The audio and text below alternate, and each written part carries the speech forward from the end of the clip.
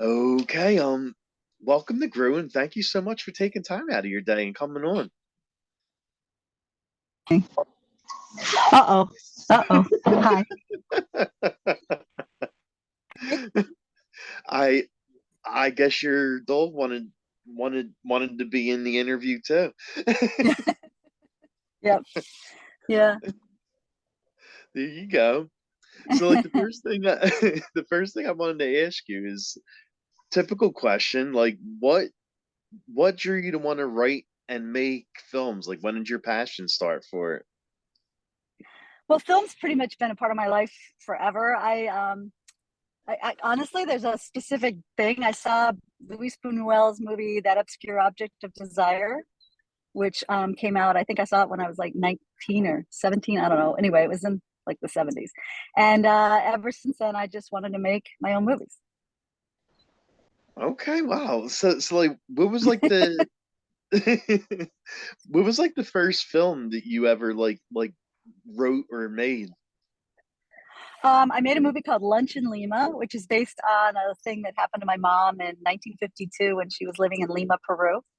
It was a luncheon that she attended, and she used to tell me this story all the time when I was growing up. So it's a little 4 minute narrative. I thought I wanted to make something that was very controlled. It was my first movie. I never directed any actors or anything. So I thought I'll just have these women sitting around a table having this conversation and it'll be great. It was the most difficult thing you could possibly ever imagine because trying to shoot six women around a table and get the cameras to get their eye lines right and I had no budget, so I had to figure it all out myself. Plus, I had to have 12 channels of audio. The guy had to bring in this huge audio board to make sure their mics didn't overlap, and it was the most complicated film for a 4 minute movie. But it's a great movie. I love it. Yeah, I mean you would think something short like a 4 minute film wouldn't be as difficult, but it really is. Oh my God. And then my second movie, which was going to be my first, but I decided the luncheon would be easier, which it as it wasn't, was as a chase movie of two buses through the streets of Chicago. So I had to rent two buses and hire tons of extras to make it look full and Wow. cordon off streets, get police. And yeah, it was an 8 minute movie that was also really complicated. So those are my first two experiences in filmmaking. Wow. Okay. Okay. So you got a new film that's out and you Mm-hmm. edit, you write, you direct, you made it. So what inspired you to want to write and make this movie about pup puppies? Well, thank you.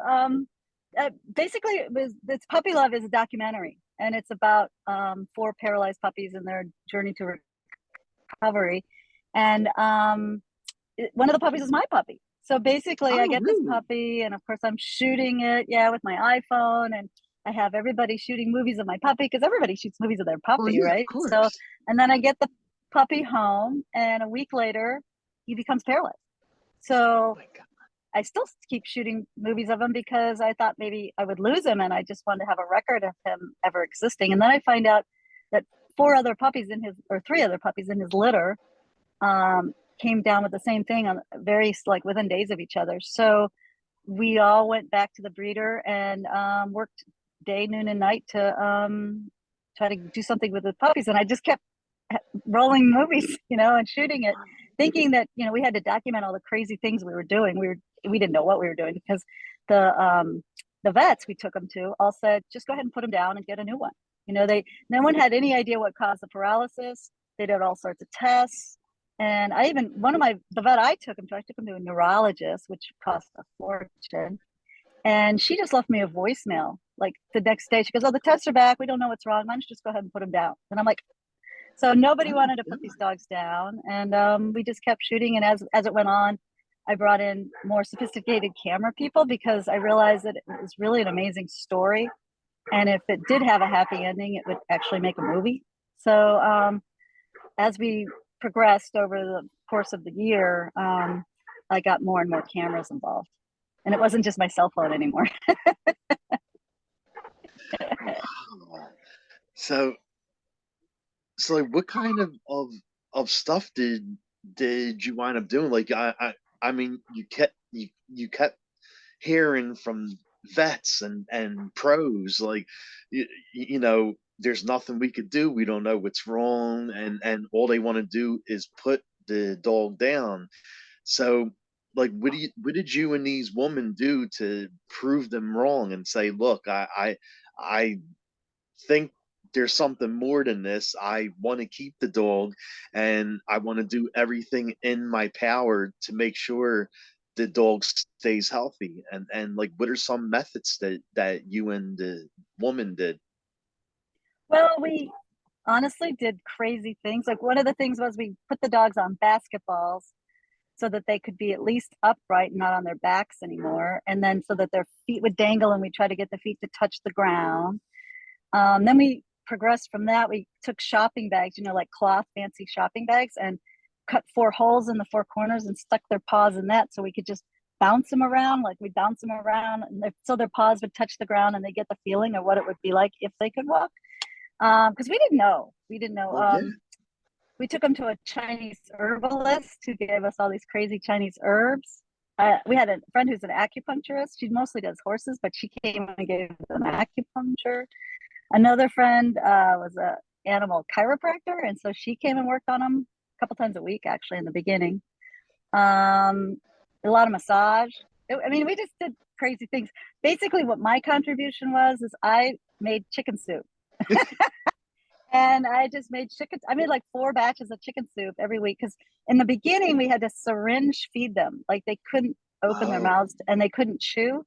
So we were syringing water into their mouths and oh, like goo that we'd buy. So I thought, well, instead of being water, why don't we do chicken soup? So I well, yeah. started syringing the chicken soup in their mouth.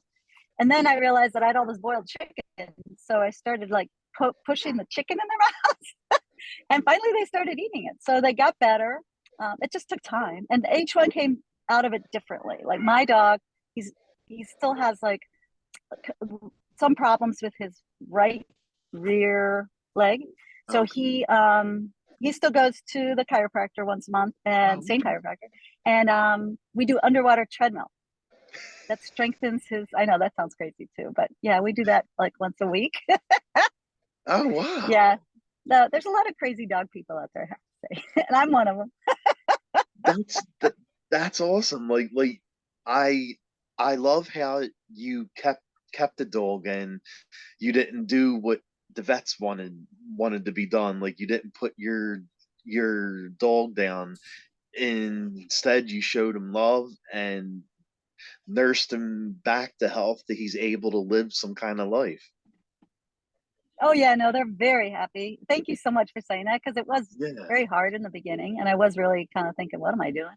But yeah, well, so the movie is not so much just a dog story; it's really a human story.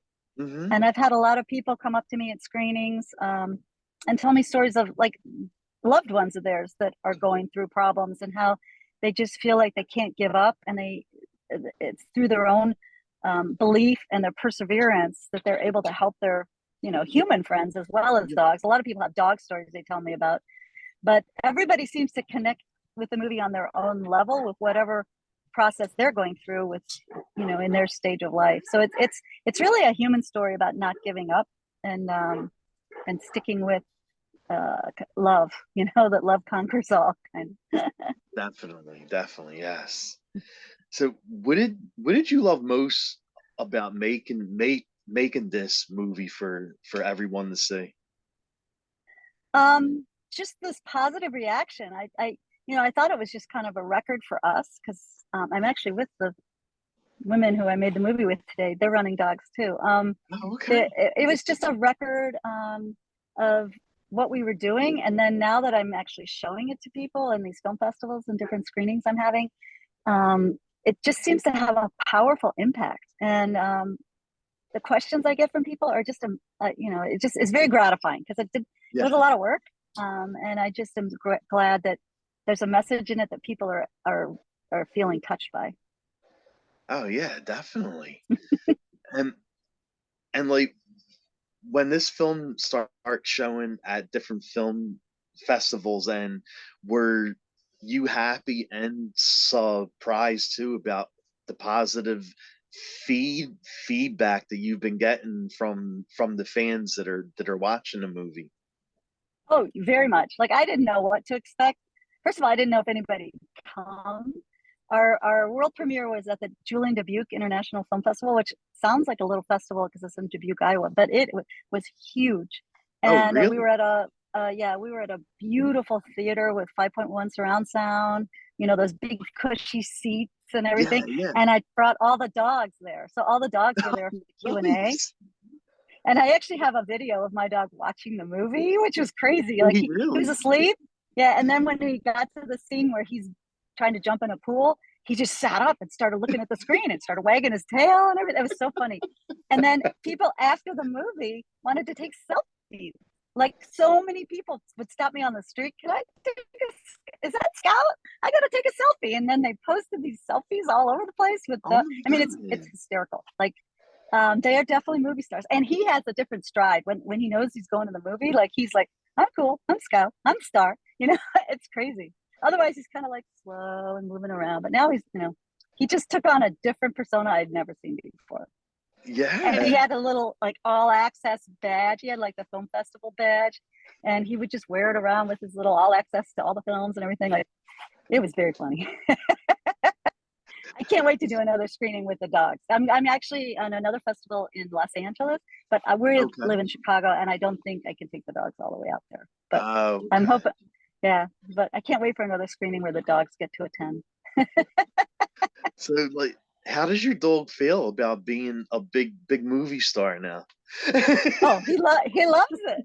And now when I'm over at the computer and he sees because I have a big monitor and he can see what I'm working on, he'll Yeah. just sit there and see if it's him and like, oh, that's my brother. I don't care, you know. But there's me. It's pretty funny. That's really awesome. I love that. And so like what do you do during your free time when you're not making films? Well, I'm running my dogs. I'm really into hunt trials. So what I'm at today, that's why I'm wearing camo. You have to wear 100% camo, other than Wow. my puppy love T-shirt. And it's trials where the dogs have to do 2 retrieves on land. I'm at the junior level, 2 retrieves on land and 2 retrieves in the water, and they're like 1,000 yard marks. And they have Okay. to bring it back to you. They have to deliver to hand. Oh wow, It, nice. it's pretty complicated. So I go out every morning and train with like a bunch of guys in a field, and I Okay. drive an hour to get there, and then I have to drive an hour home. So that's like half my day right there. It's just driving to I practice know. the hunt stuff. Yeah, my That is husband's a big chunk of your wondering day. when I'm gonna get. Yeah, he thinks I need to like move on, but it's fun. It's fun if you're gonna have a dog. It's fun to be outside with them. You know. Oh yeah, definitely. Because I have a dog too. He's a little Maltese mix, Oh wow, and I bet he's he cute. he's adorable, and he's 14 years old now, and Oh he's like wow. he he could barely see. He's going blind in both eyes, and he can't walk as well anymore. Like he limps when he walks, and but he's a trooper. He's hanging in there. He still tries to walk. He drinks his water. He eats. He goes for his walks. So he's definitely hanging in there. He's a trooper. Well, and he's making your life. You know, it's whatever you do for him comes back to you 1,000 fold. You know, you feel it, right? Yeah, definitely, definitely. Like I said, he's four, four, four, 14 years old now, and that's old in like dog Oh years. yeah. And me and my mom were trying everything we can to keep him happy and keep him going. Hmm. Well, I'm sure he appreciates it. Yeah, And definitely. it's he's your family. Yes, You got yes, he is a big part of the family. Yes. hmm You can't give up on your family. Never. never. Yeah. So, what kind of music do you like listening to? Like, what's on your playlist? Oh gosh, I'm a huge Dua Lipa fan. So yesterday Okay, was my birthday, and my son is happy in from. birthday. Thank you. And the minute he walked in the kitchen, he's like, "Alexa, play Dua Lipa," and that was like that's my favorite thing to play. I have a Dua Lipa playlist. Okay, okay, nice, nice. Happy music. Yeah, definitely. And what would be your go-to karaoke song if you were singing a karaoke? Oh my God. I don't know. I'm not a good singer, but thank you for asking. But oh, I don't know. Rocket Man, Oh, okay. I love that song. Nice. because I do sing with her on that one. Okay, okay. Nice, nice.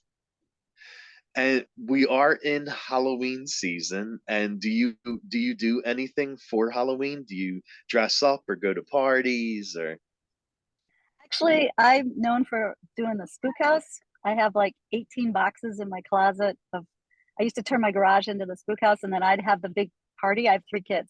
So I'd have the big party for all three grades. And I actually just saw a bunch of the kids that were in my middle son's class. They're now 28. I saw them, we were in Paris last spring. Mhm. And so we saw a few of them and we had a little get together. And they all said, "Oh my God, my favorite part of my childhood was your spook houses." Oh my God, that's so awesome. Yeah, so we did a lot. We'd have like a bowl of spaghetti that the kids would have to stick their hands in. I'd peel grapes and I'd have a bowl of peeled grapes and they'd have to Yeah. stick their hands in that. And then we'd have boxes that they'd have to crawl through. And yeah, I'm into Halloween. But I Oh don't my dress up God, I love usually that. anymore. Wow, that is so Yeah. awesome. I love that. I do have costumes for my dogs though. Oh, you do? What are you dressing Yeah. them up as for Halloween this year? Well, my little one gets like a hat that's like the top of a pumpkin because they're kind of pumpkin. They're like light tan dogs. So one's a pumpkin, and then the other one has one that is like a lion's mane that goes Yeah. around his head and makes him look like a lion. Oh my God, I love it. I love So so I live vicariously through them now. it. Well, for being someone who ran a spook house, like do you ever go to any haunts, like any haunted houses or hay rides or anything like that? No, not anymore. No, when I had kids, no, when my kids were little, but nah, we sit Okay. down, we bring out our bowl of candy, make ourselves a cocktail, and sit on the front porch. Oh, that's great. That's great. I Yeah. love it. What do you what do you like drinking? Like what's your drink of choice? My husband makes me white Negronis. They're really good, Okay. Okay. or red ones, but I'm really into the white ones. It's a different vermouth or something, different bitters. I don't know what's in it, but I like them. Nice. And your film that's out now, like where can fans watch it, stream it, buy it? Well, it's going to be streaming. It's releasing on October 24th on Amazon and on Apple Plus. So I hope Oh, everybody can watch it. And you have to put in Puppy Love 2023 because there's a lot of puppy loves, but it's a okay. documentary. It's not the rom com. But my son is calling me. I think I have to go run my dog. So Okay. do you mind? I'm Yeah, sorry. definitely, definitely. The last thing I will ask you is where can fans follow you at? Oh, it's Puppy Love underscore film is Instagram, and Puppy Love Film is Facebook.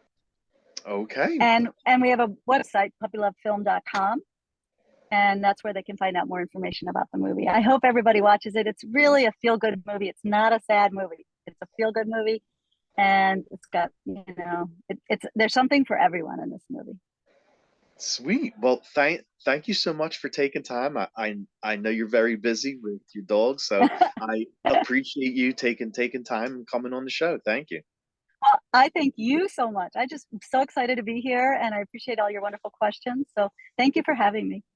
Of course, of course. Have a great day and have fun running with the dogs. Okay. Well, if I get a ribbon today, I'll send you a picture. Oh, definitely do. Yes. Okay. Thank you. Bye Okay. bye. Bye.